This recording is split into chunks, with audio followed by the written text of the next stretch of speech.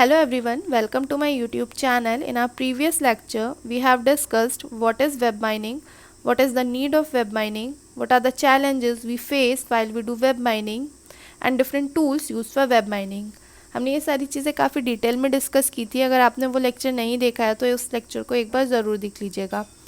यहाँ पे हम 3 कैटेगरीज़ के बारे में बात करेंगे वेब माइनिंग की. तो वेब माइनिंग 3 कैटेगरीज़ में डिवाइड होता है. अगर हमें वेबसाइट को माइन करना है ना, मतलब उसमें से इन्फॉर्मेशन उसको एक्सट्रैक्ट करना है, तो हमें क्या करना होता है, इसको 3 कैटेगरीज़ में हम वो काम करते हैं. सबसे पहले आता है वेब कंटेंट माइनिंग, देन जो सेकंड कैटेगरी है वो है web structure mining, and then the last category of web mining is web usage mining.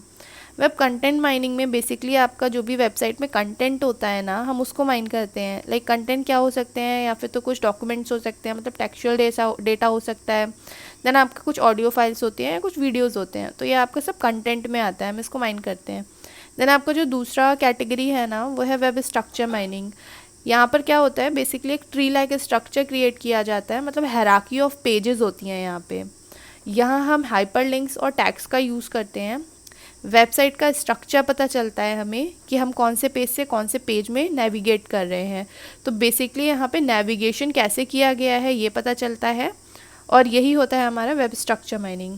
Then आपका आता है web usage mining. Web usage mining क्या होता है, इसमें हम लॉग्स मेंटेन करते हैं.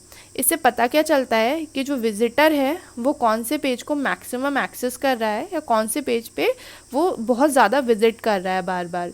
तो ये आपका वेब यूजेज माइनिंग हो गई. यहाँ पे बेसिकली लॉग्स क्रिएट होते हैं. ये लॉग्स 2 तरीके के होते हैं, फिर तो हम सर्वर लॉग क्रिएट करते हैं और या फिर हम वेब लॉग्स क्रिएट करते हैं. और बेसिकली इससे काम क्या होता है कि आपको मैक्सिमम विजिट या एक्सेस पता चलता है किसी भी यूज़र का एक पर्टिकुलर पेज पे.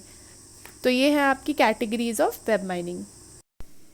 तो चलिए अब बात करते हैं टेक्स्ट माइनिंग की. बेसिकली टेक्स्ट माइनिंग में हम क्या करते हैं, स्पेशल ऑपरेशंस परफॉर्म करते हैं ताकि हमें विजुअलाइजेशन ऑफ डेटा मिले. ठीक है, तो यहाँ पे हम क्या करते हैं, स्टॉप एंड रिपीट वर्ड्स को रिमूव करते हैं. सपोज करो ये आपका सैम्पल डॉक्यूमेंट है. सैम्पल डॉक्यूमेंट इज़ लाइक जो भी आपका वेबसाइट पे इंफॉर्मेशन स्टोर्ड है. ठीक, तो वो हो गया आपका सैम्पल डॉक्यूमेंट. ये रैंडम डेटा होता है या रैंडम पेजेस होते हैं जो भी वेबसाइट्स के होते हैं. इसमें आप सबसे पहले क्या करते हो, ट्रांसफॉर्मेशन करते हो. ट्रांसफॉर्मेशन में बेसिकली आप क्या करते हो, रिपीटेड वर्ड्स जो होते हैं उनको रिमूव करते हो, और लेक्सिकल लेक्सिकल एनालिसिस परफॉर्म होगा, एंड यहाँ पे जो स्टॉप वर्ड्स होते हैं ना उनको भी रिमूव किया जाता है. देन आपका ये जाता है रिप्रेजेंटेशन मॉडल में. तो यहाँ पे नेचुरल लैंग्वेज प्रोसेसिंग से हम क्या करते हैं, डेटा को एनालाइज करते हैं, एंड देन क्या करते हैं, इसका मॉडल क्रिएट करते हैं, मतलब स्पेसिफिक मॉडल्स क्रिएट किए जाते हैं. और इन मॉडल्स पे हम क्या करते हैं, नॉलेज डिस्कवरी करते हैं. मतलब केडीडी जो स्टेप हमने पढ़ा था ना डेटा माइनिंग में, जो एक केडीडी नॉलेज डिस्कवरी इन डेटाबेस होता है, वहाँ पे हम यहाँ पे हम क्या करते हैं, वो स्टेप फॉलो करवाते हैं.